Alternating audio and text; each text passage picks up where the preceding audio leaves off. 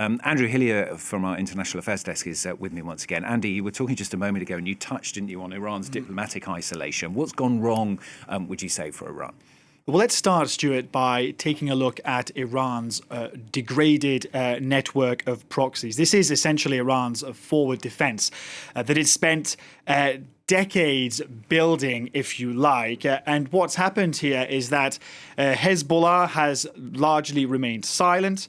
The Houthis in Yemen, widely considered one of Iran's strongest assets, if you will, they have barely fired. And Iraqi militias have remained fairly silent too, bearing in mind that Iraqi militias do often tend to look for guidance towards Tehran, but there's no evidence that they are going to retaliate against the US at this stage. Otherwise, what Tehran seems to have done on the diplomatic stage is overestimate its friendship with Russia and China. Now, in China, with regards to China and Iran's relations, well, in 2021, China and Iran signed a 25-year cooperation deal. But for Beijing, this was more of an economic deal, a limited economic deal.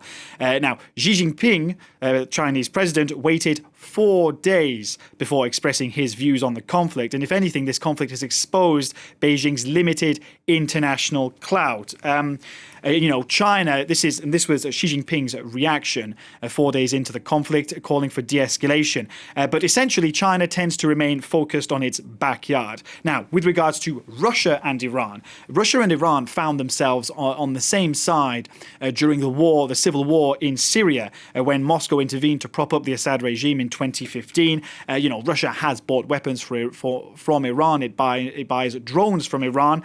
Earlier this year, it signed a 20-year strategic partnership deal with Iran, but there was no mutual defense clause within that deal. And essentially, Stuart, what this all boils down to is that Russia is bogged down in Ukraine. It does not want to risk a confrontation with the US by coming to help Iran, especially given that Trump is resetting relations with the Kremlin. And as for China, China has always avoided getting involved in Middle Eastern conflicts, and it tends to stay focused on its backyard. And in private, what some Iranian officials are reported as saying is that they feel betrayed by China and Russia.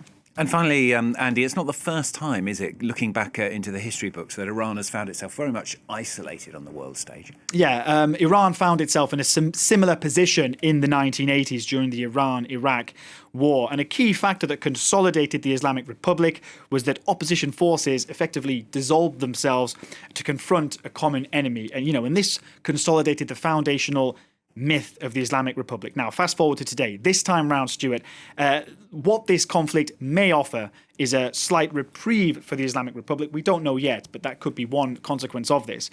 They may be able to rally certain segments of the population behind the regime against a common enemy, in this case, Israel.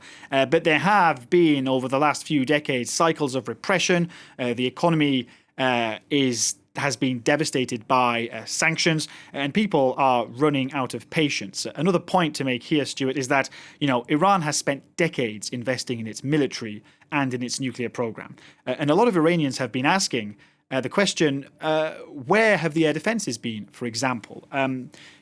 Its nuclear program has been degraded too. Remember, the nuclear program and the right to enrich, if you will, has been the pride of the Islamic Republic, a symbol of its sovereignty and independence. And now what we know is that that too has been struck at.